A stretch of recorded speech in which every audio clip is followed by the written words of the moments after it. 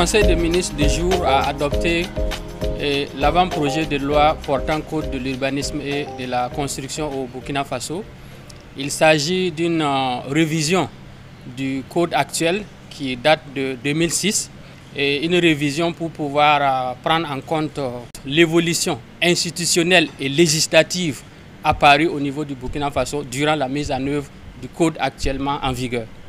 Mais également pour pouvoir traiter et préciser certaines matières qui étaient insuffisamment prises en compte dans le code actuel, mais aussi pour prendre en compte certains défis nouveaux qui sont apparus. Plusieurs innovations ont été introduites dans ce code, dans le but également de pouvoir alléger et simplifier les procédures.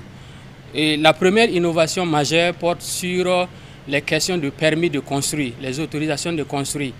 Alors, dans le code actuel, le dispositif est assez lourd, avec notamment beaucoup de documents, de dossiers qui sont demandés et également les coûts qui ne sont pas forcément à la portée du citoyen lambda. Donc, il y a une innovation qui va consister en tout cas à alléger la procédure pour l'obtention des autorisations de construire, de rationaliser surtout les structures qui sont aujourd'hui en charge de traiter ces questions d'autorisation de construire. La deuxième innovation consiste justement à catégoriser carrément ces autorisations, donc en ayant d'un côté les autorisations de construire comme le permis de construire, le permis de démolir, mais également instaurer le permis d'occuper, qui est une pièce alternative au certificat de conformité pour permettre en tout cas aux bâtiments qui ont été construits et qui ne disposent pas de certificat de conformité de pouvoir en tout cas être mis en exploitation. Une autre innovation consiste au niveau des documents de planification urbaine de prendre en compte un nouveau document qui s'appelle le plan d'urbanisme, le plan d'urbanisme de détail.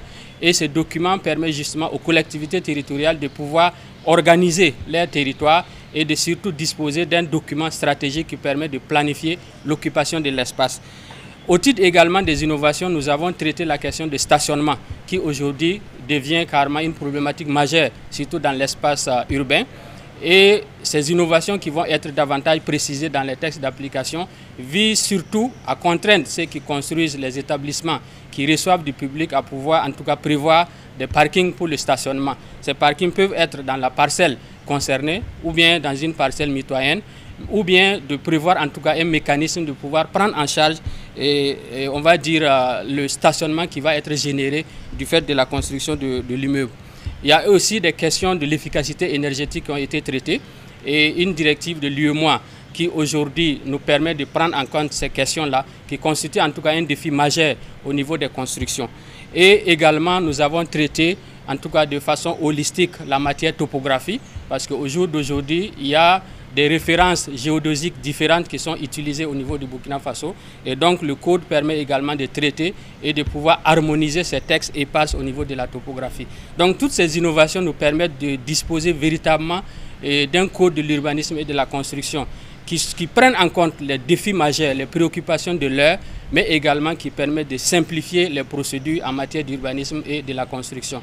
Avec l'adoption, nous allons poursuivre justement la prise en compte des observations pour pouvoir transmettre les documents à l'Assemblée législative de transition.